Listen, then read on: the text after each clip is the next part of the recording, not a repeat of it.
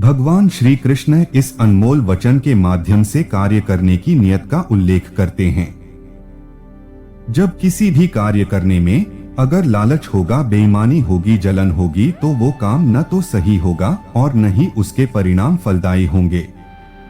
इसके अतिरिक्त जिस कार्य को हम पूरे मन से प्रेम पूर्वक करेंगे तो वो न सिर्फ हमारे लिए बल्कि समाज के लिए भी हितप्रद होगा। जो व्यक्ति कामी प्रवृत्ति का होता हो, जिसके मन में लोभ होता है और जो अत्यधिक क्रोधी स्वभाव का होता है, उसके लिए नरक के द्वार सदैव खुले होते हैं। अर्थात ऐसे व्यक्ति को तो सिर्फ नरक में ही जगह मिलती है। भगवान श्री कृष्ण ही इस सृष्टि के पालनहार है। वही इस संसार की शुरुआत थे, वही मध्य और वही अंत होंगे। मनुष्य सब कुछ चाहता है पर सब कुछ उसे नहीं मिल सकता। आपको जो नहीं मिला उसके लिए पश्चाताप मत करो, और जो आपसे खो गया, जो आपसे अलग हो गया, उसके लिए निराश भी मत हो। हर व्यक्ति श्री कृष्ण से जुड़ा है और श्री कृष्ण हर व्यक्ति से जुड़े हैं। वही हमारे आदि, मध्य और अंत है। समय एक सा नहीं रहता। आज दुख है तो कल सुख भी आएंगे और सुख के बाद दुख भी आना स्वाभाविक है। आपको पूरे धैर्य और श्री कृष्ण पर विश्वास के साथ अपना जीवन निर्वाह करना चाहिए। लोग अक्सर सच कहने से बचते हैं या डरते हैं, पर सत्य कभी छुप नहीं सकता और न ही कभी मिट सकता है। कितना भी छुपा ले पर सच तो उजागर हो ही जाएगा। इसलिए जो बात सच पर आधारित हो उसे करने या कहने और मानने से कभी नहीं डरना चाहिए। लोग अपने शरीर को सुंदर बनाने में लगे रहते हैं, पर आत्मा की सुंदरता शरीर की सुंदरता से कहीं ज्यादा महत्वपूर्ण है। शरीर तो नश्वर है, मिट्टी ही तो है, तो मिट्टी में ही मिल जाता है, पर आत्मा अमर है। इसलिए आत्मा की सुंदरता पर ध्यान दो। आत्मा की सुंदरता अपने को श्री कृष्ण में लीन करने में मिलती है। जो होता है अच्छे के लिए होता है। कभी कभी विपरीत परिस्थितियां हमारी वर्तमान स्थिति को अच्छा करने के लिए आती हैं। मन चंचल होता है, यह इधर उधर भागता है और किसी भी कार्य की एकाग्रता का दुश्मन है।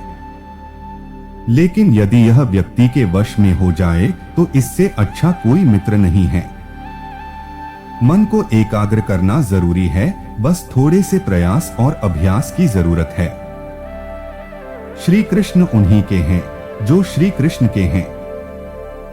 भगवान तो बस प्रेम भक्ति के भूखे हैं।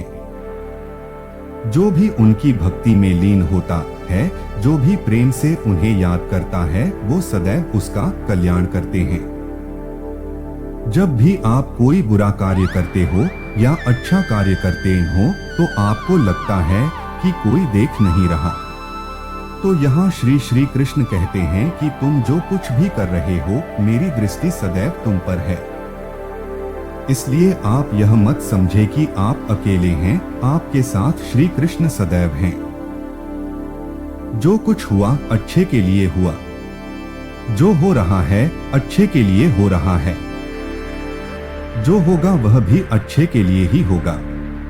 तो सकारात्मक रहो और अपना कर्म करो।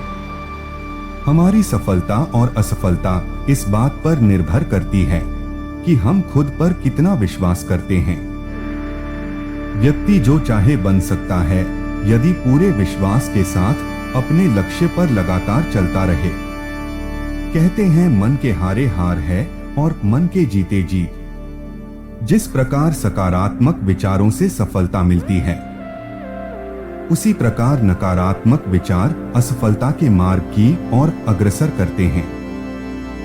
क्योंकि जैसा हम सोचते हैं वैसे ही हम बनते जाते हैं और अपने विचारों के माध्यम से ही हमें नकारात्मक और सकारात्मक परिणाम मिलते हैं।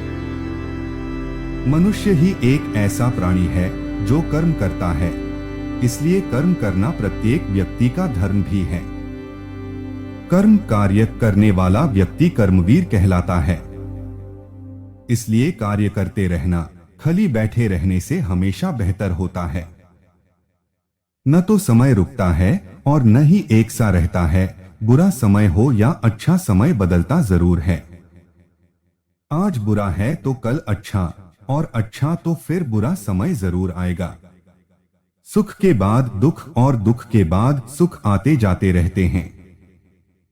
इसलिए इस पर हमारा कोई वश नहीं है, लेकिन कर्म पर हमारा वश जरूर है। आप सिर्फ कर्म करिए, फल की चिंता किए बगैर। समय आने पर फल जरूर मिलेगा। जो अज्ञानी व्यक्ति होता है वो यह गलतफहमी पाल लेता है कि मैं करता हूं, सभी कार्य मेरे द्वारा किए जा रहे हैं। ऐसा जान उसमें अहंकार घर कर लेता है, परंतु इस सृष्टि में जो भी हो रहा है वो तो प्रकृति द्वारा किए जा रहे हैं। अज्ञानता के कारण व्यक्ति में जो मैं का अहंकार जन्म ले लेता है तो उसका पतन होना निश्चित है। श्री कृष्ण कहते हैं कि वो किसी के भी भाग्य के निर्माता नहीं है, व्यक्ति खुद ही अपना भाग्य लिखता है। आप जैसा बीज बोएंगे आप वैसी ही फसल काटेंगे।